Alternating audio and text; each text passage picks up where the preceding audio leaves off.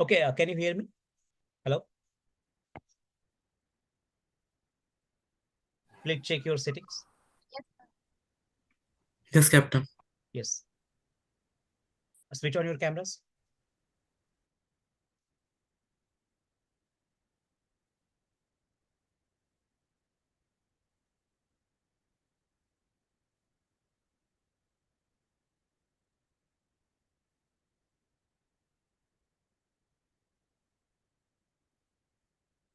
Okay, final checking.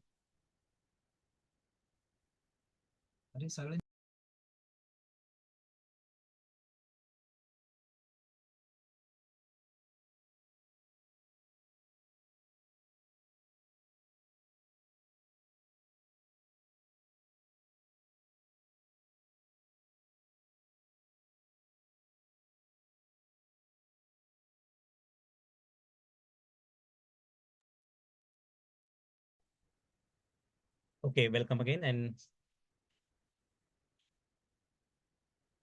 we are waiting for CEO, sir.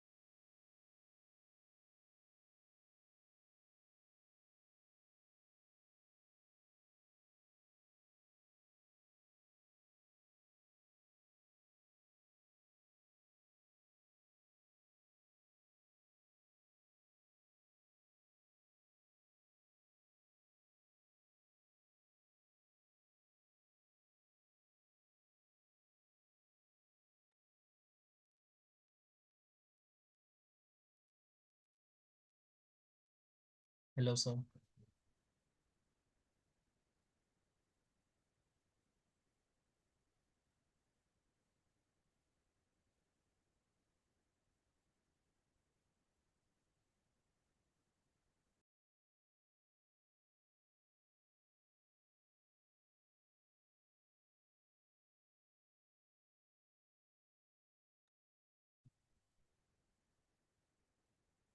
Hello, Neil, sir. Am I audible?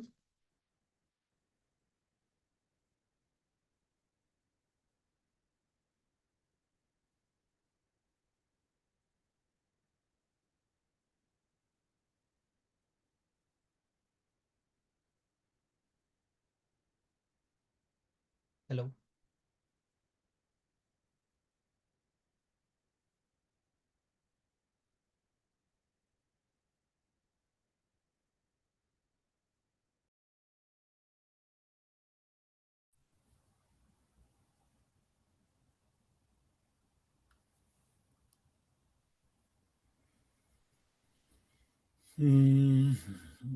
Hello, sir.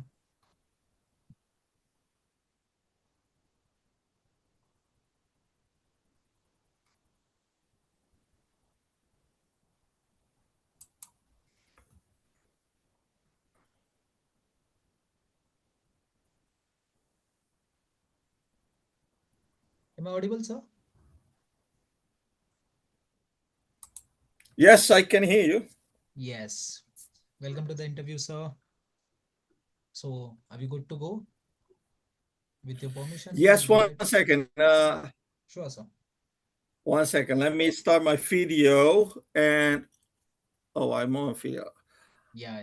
I'm on my browser, but then I also open the app, so I Okay. have to close the app. Okay, Oh, I so see myself now. One sec. yes. Okay. Just give me 1 minute. And do you want me to share my screen? Yes, sir. Sure. You can share your screen as well for the examples. Mm-hmm. One sec. Okay. Yes. Yeah. Here we go. Yes. So I'll start with the Yeah. introduction. So let me share my screen. One sec. So Sure. yeah. One sec. Yeah. One sec. Yeah. Go ahead. Okay. So hello everyone. My name is Sumit, spokesperson of the ISRO Yeah. Magica, and today we are with the Neil S. Lachman. He is the founder, CEO, and the chief spacecraft design at the Titan Space Industries, where he is architecting the future of the Cislino economy, a former pioneer in the satellite broadband and the telecom. Lachman now leads a veteran aerospace stream building the Titan space planes, a reusable single stage or to orbit vehicle and the other space vehicles designed to the replace traditional vehicle rockets. He carries a clear belief that true wisdom comes from experience aligned with the values. So we are very happy to hear with you, sir, to interviewing you, to answering the questions. So we are start with the first question. I'll take the names one by one, and then you guys can unmute yourself and ask the question to the sir. Is that fine, sir? Yes. Perfect. Thank you. Go Yes. ahead. Yes. So the first student we have the Manya Kulle. So Manya, you can go ahead with your question. So my question is, light of the fact that spacecraft airframes typically undergo heat stress and damage during re-entry, how is your spaceplane engineered to withstand this heat and be prepared for the next mission within hours without the need for prolonged inspection or maintenance? Yeah. Great question. So there are two differences. This is called re-entry. And re-entry is managed by what they call the thermal protection system. Now, when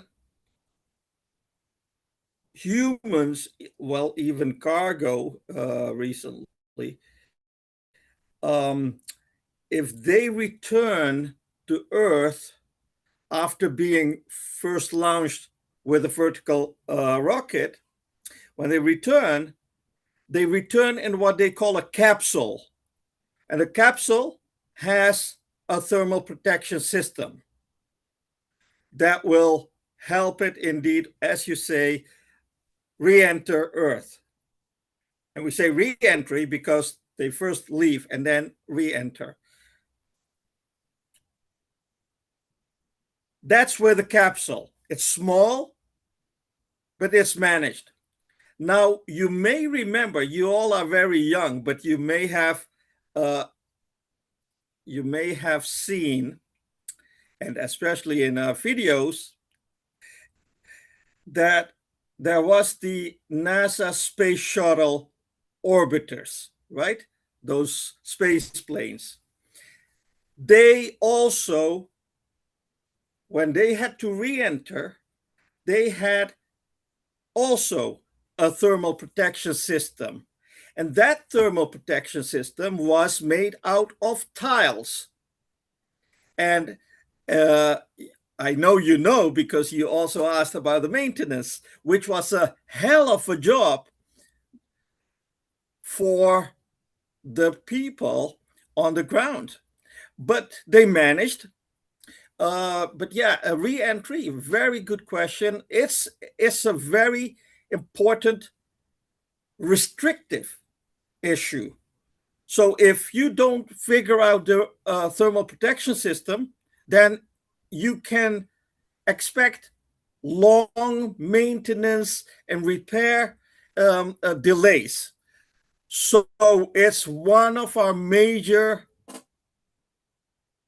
objectives to find the best thermal protection system for our space plane.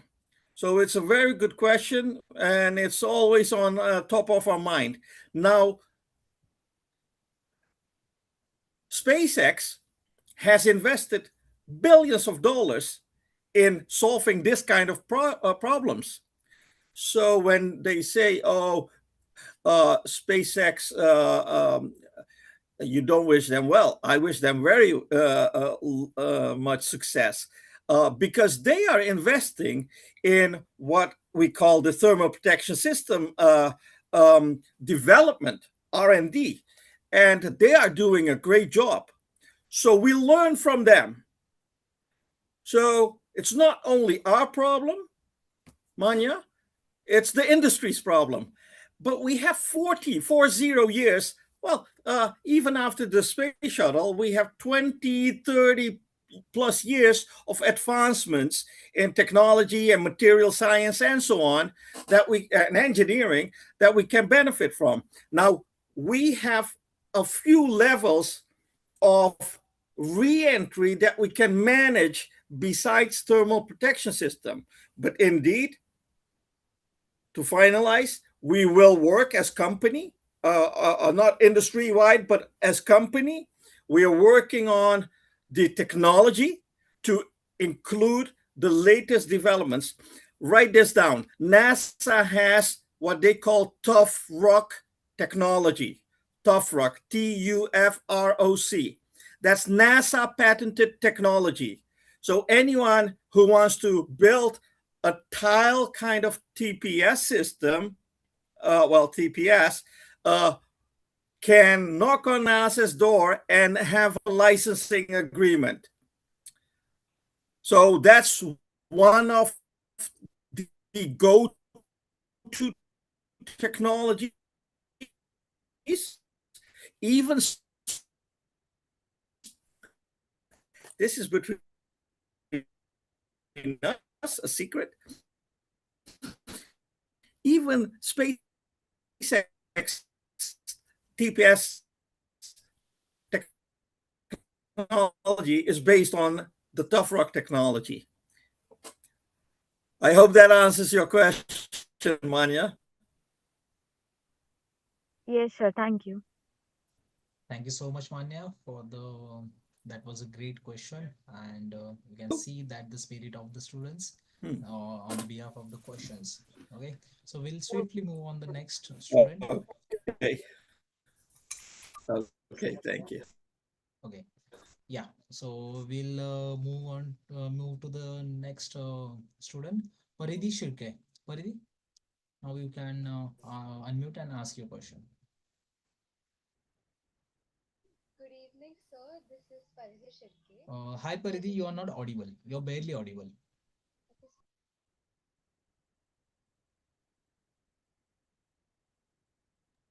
Sir, am I audible now?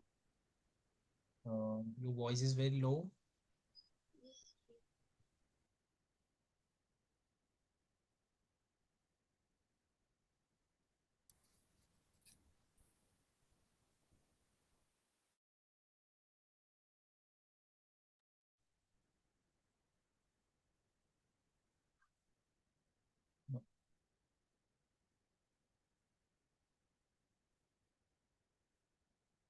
Hello, sir.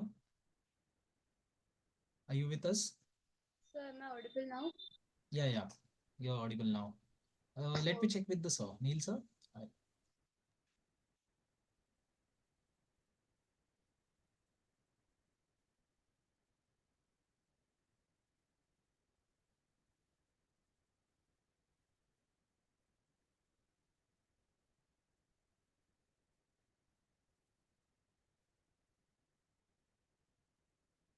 I think we lost sir, so we'll wait for him.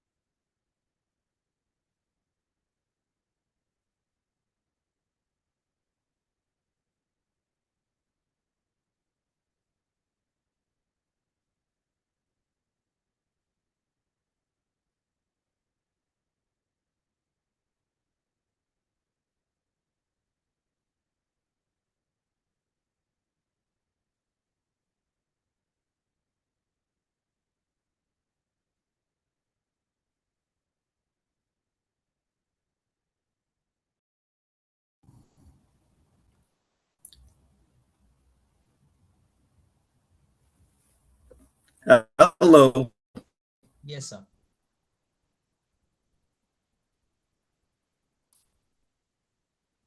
Can we go for the next question, Paridhi? Hmm. Good evening, sir. This is Pariti Shirke. Nice to meet you. Yes. Hello, I'm back. So, Do sir, something I'd about like to your present my volume, sir. I can't hear you well. You can Yeah, write your Paridhi. question, Paridhi, in the comment box. So I think I have a question of a Paridhi. On the behalf of her, I can ask the question. If any technical issue arise after the space plane or a spaceship reaching the LEO, what mechanism will be used to the recover the astronaut and the people who went for the space tourism? That was a question of Paridhi. Wait a second. She is talking about an abort situation or a disaster situation. Can you repeat? Yes, if the technical issue arise after the space plane or spaceship reaching to the LEO, what mechanism will be used to recover the astronaut and people who went to the space tourism? If if there will be any disaster will be there, so what kind of precautions or what kind of Yeah, safety norms we have there to be safe our astronauts and the yeah, space I tourism? understand. Yes, yes.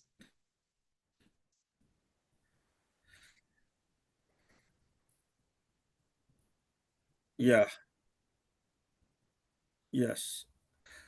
Well, uh,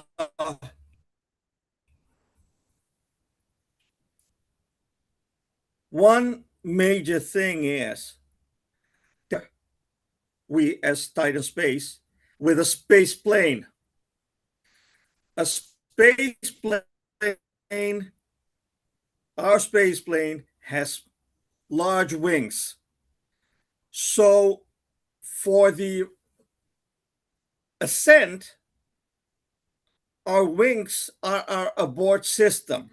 There's no safer abort system than being on a plane with wings. When you are on a vertical launch rocket, your options are very limited. So that's the ascent. Now, when you have a problem in, as you say, LEO, low Earth orbit, then the space plane has the maneuverability to return to Earth. A rocket doesn't have that option. So when you're on a rocket and you have some problems, you may not end well. On a space plane, the likelihood of surviving and returning in the same space plane turnaround is very high. So that's one of our major strategic benefits to be on a space plane, which is maneuverable and have all these options that you kind of know about of space of airplanes. So we are like an airplane that can go through air but also through space and then return. So let's hope nobody ever will be in a situation that you have to have this um, uh, recovery of stranded astronauts in LEO, but our system is the most efficient system to return astronauts. Let me give you an example that is beyond disasters or so, but last year we had this issue with two NASA astronauts that went on the Starliner um, um, Starliner system to the ISS, International Space Station.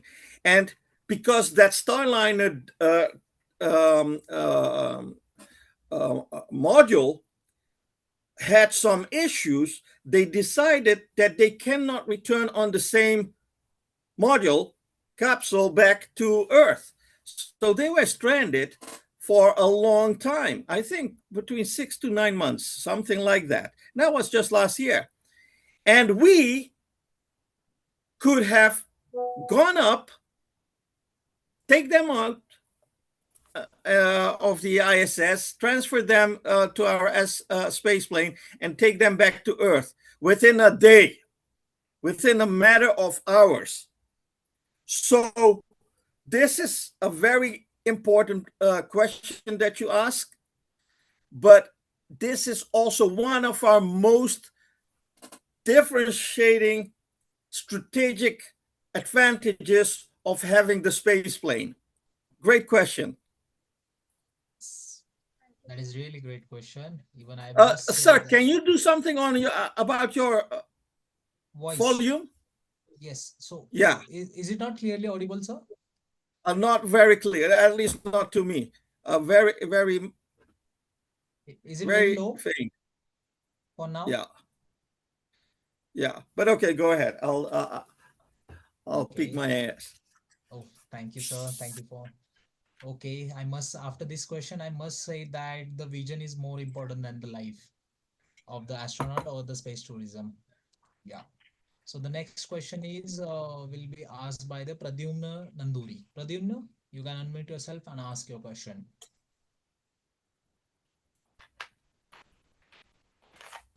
Hello, sir. I hope you are having a good day. I can't seem to use my video right now due to camera problems, so I'll just ask the question. Okay. So, what kind of alloys, metals, and other materials will you use in making the projects of Titan Space Industries? Wow, great question. So there has been this discussion since the last few years about materials. You know,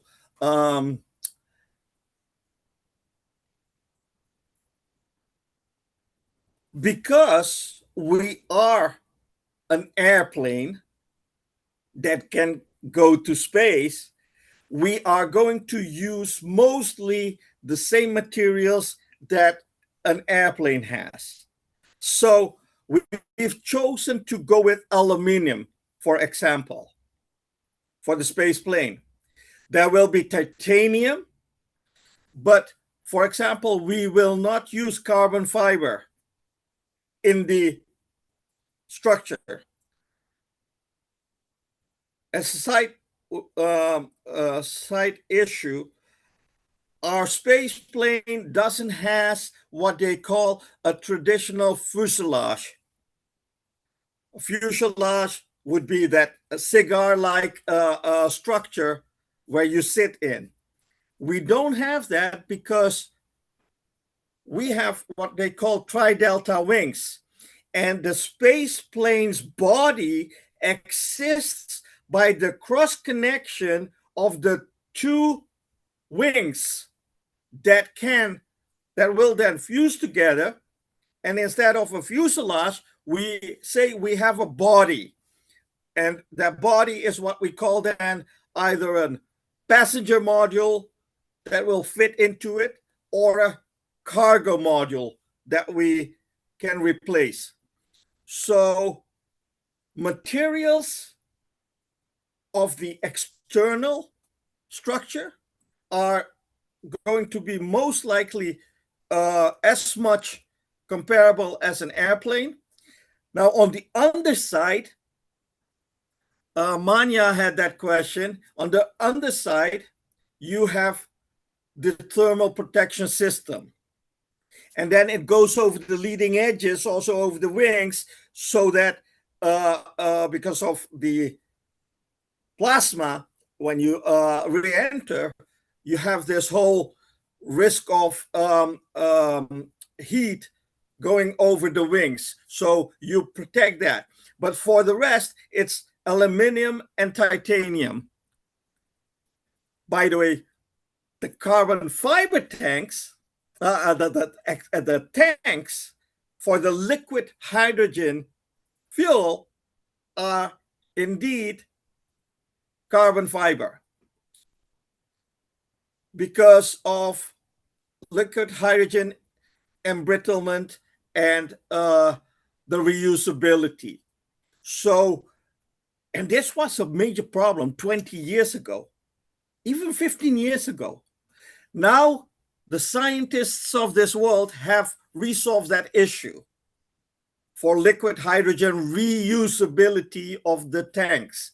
So that is, we have now discussed the thermal protection system, the external structure materials, and the external the tanks, the fuel tanks.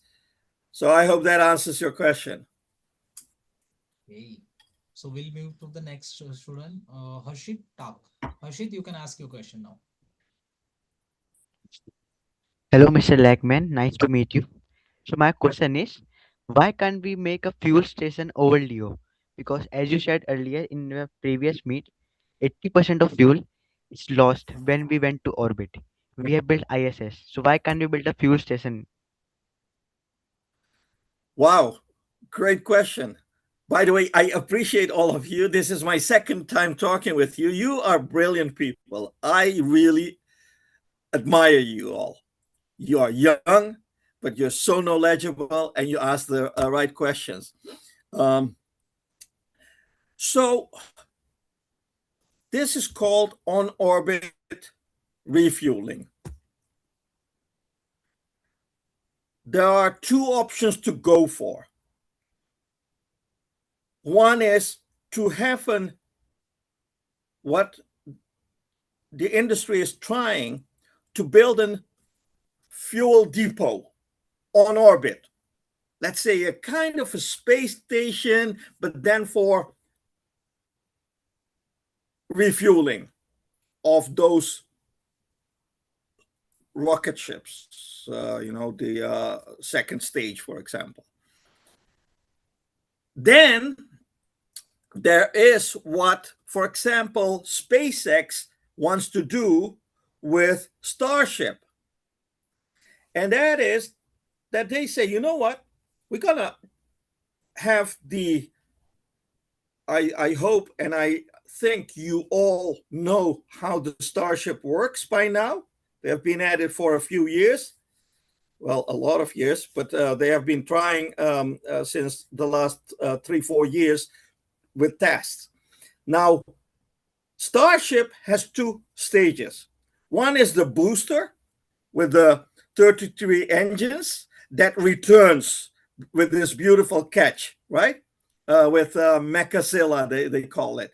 And that's the catch to get the booster reused. But then the second stage, the Starship Orbiter, as they call them, that has to go beyond LEO. That has to go, let's say, they have a plan for the moon, right? As what they call the human landing system for NASA. And of course, they want to go with Starship in the future, near future, to Mars. That orbiter needs fuel to get either to the moon or Mars. So they have devised a plan that they say, we're going to send not one, but 10, 20 tankers to that Starship orbiter and then refuel it 10, I think maybe even 20, 25 times. And they want to then pair it and then transfer fuel from the tanker to the orbiter. And you know why they want to, why they have to do 10, 20 times a tanker to that one orbiter? You know why? It's a logical question. Why, sir? Yeah, you're on mute. Unmute. May I answer the question? Yes, yeah, sure. So, when we get to orbit, many of the fuel, the refueling rocket is going to take lost it. So, suppose the rocket contain 100 fuel, and by the orbit, it's lost 80%, as we know. So, it Yeah, lost 80, and now it only has 20 to send to Starship. That's why probably they need more launches. yeah, it's a logical answer. Thank you. So you cannot otherwise go to where you want beyond Leo. So you have to refuel. And it's a problem. I don't believe that it is going to happen, if ever, anytime soon, because of the logistic involved. It's one of the major design flaws of Starship. I've written a lot of analysis on Starship because it's the most comparable to our space plane. Now, let me explain. We got the same problem because we are just releasing, just this morning, we released volume 2 of our spaceship critical design review and architecture analysis just this morning, volume 2. And there will be, I think, 6 or 7 volumes in the coming days. We had the same problem because the space plane cannot go beyond Leo. So we have the same problem as Starship does, and we recognize that. So what is the solution then?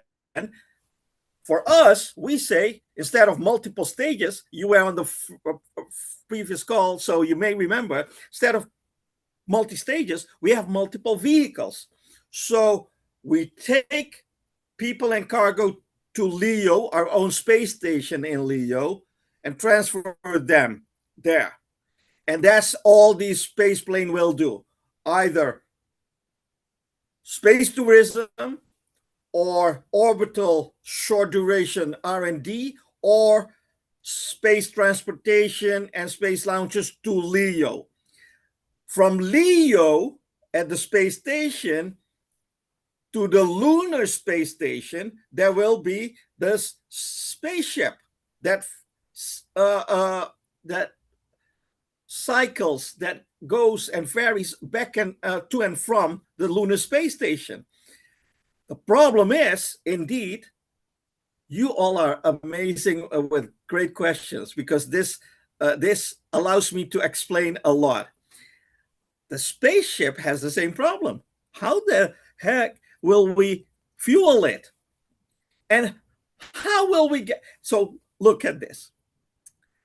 We need anywhere between 500 to 800 ton of fuel for that spaceship.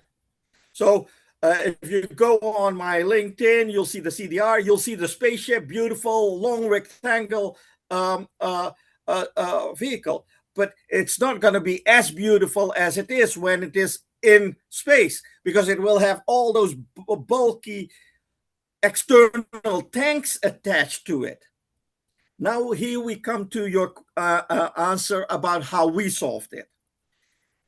Because we have two issues. One is, because we don't believe that much in orbital refueling, we have said we will launch filled tanks that will then attach to the spaceship. So that's the first problem. We have to attach the external tanks to the spaceship. Filled tanks. Second problem is then, how do we get those tanks there? Now, as you remember, I just said we need anywhere between 500 to 800 tons of fuel. The restriction with us is the space plane will take it to the space station, where it then gets attached, right? Those external tanks cannot be more than around 85 ton per tank, because the space plane is limited to 100 metric ton of cargo. So it's a logical issue. So we cannot have one flight with 500 ton of fuel. It's impossible.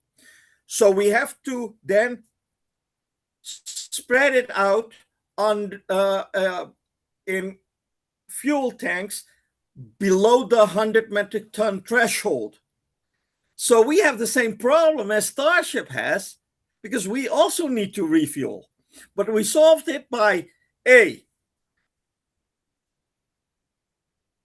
external tanks that are going fully filled to the space station, and then with robotic arms and robotic handshakes, it gets attached to the spaceship, and then it continues on its way.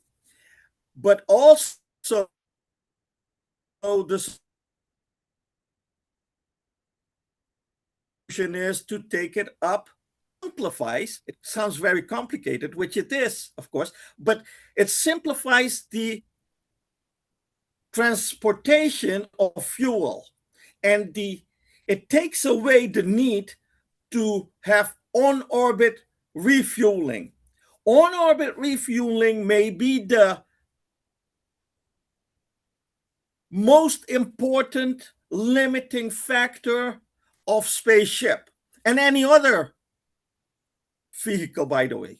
We cannot see any solution that is more practical than the one we have with the space plane and the fuel tankers tanks as cargo, and then attach it, and then have enough to return also, because that's the whole problem. So I hope that answers your question. Yes, sir. Okay. Thank So you. now, Madan, you can ask your question. Madan, why you? Hello, sir. Greetings. It's an honor to meet you.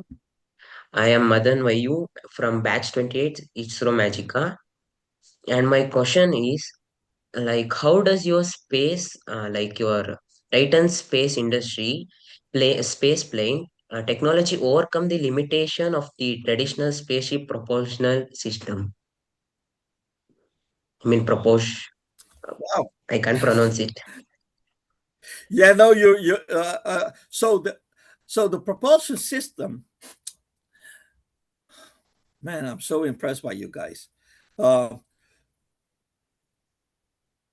It's indeed, as you say, a very important issue. It's by far the most limiting factor of vertical launch rockets. So the space plane, we as Titan Space Industries, we benefit from the wisdom of a lot of geniuses that who worked on this solution many decades ago, 50, 60 years ago. So indeed, propulsion systems are incredibly important. Without propulsion, you don't get anywhere, right? So these geniuses, they came up with a solution.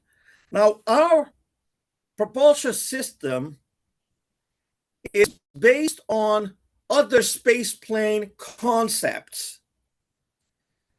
One of them is what we call the Star Raker spaceplane concept that was developed in the late 60s and the mid 70s by Rockwell International. That is the same company that built the NASA space shuttle orbiters, the space planes. So they knew what they were talking about. And they came up not with a magical, but a very simple solution. And that's why I love it so much, because we're using the same concept. They said rockets go up with first with Earth optimized and then with vacuum optimized engines.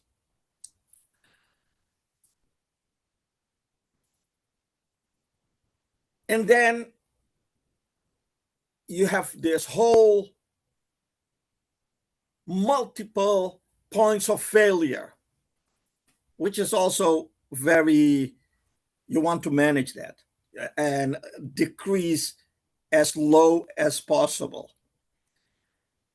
So they came up with a very simple solution, and we call it multi-purpose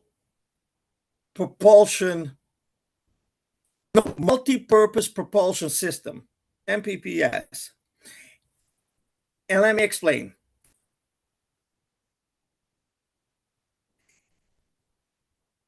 In the thick atmosphere of Earth, where vertical launch rockets burn 80% of their rocket fuel,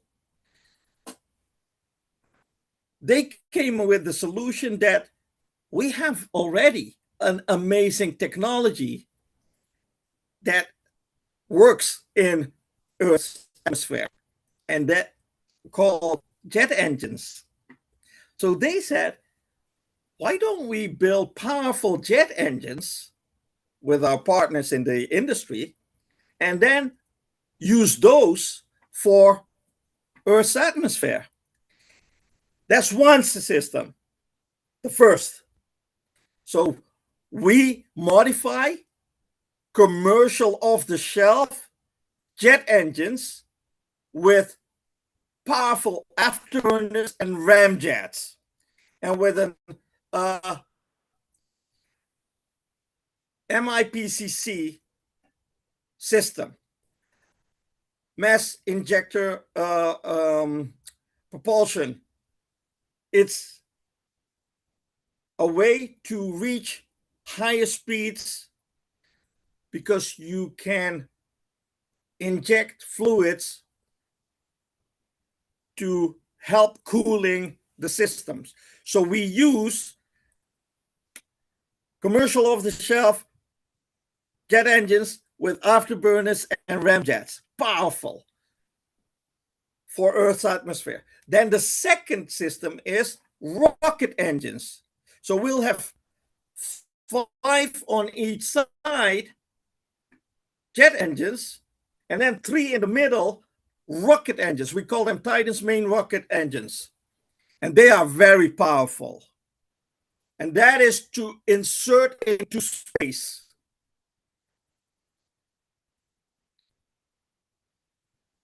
Then,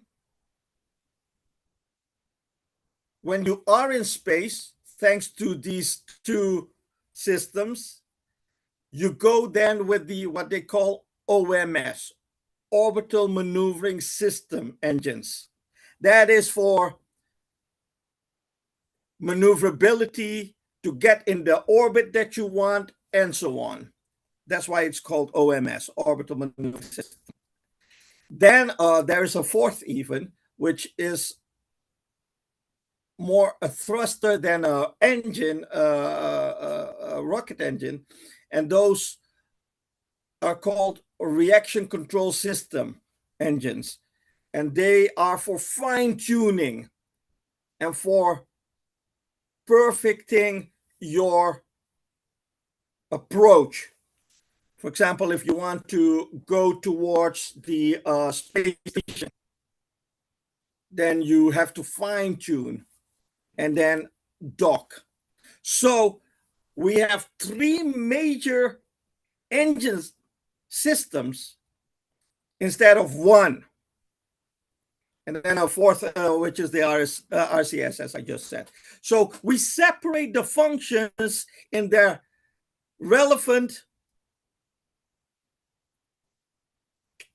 regimes.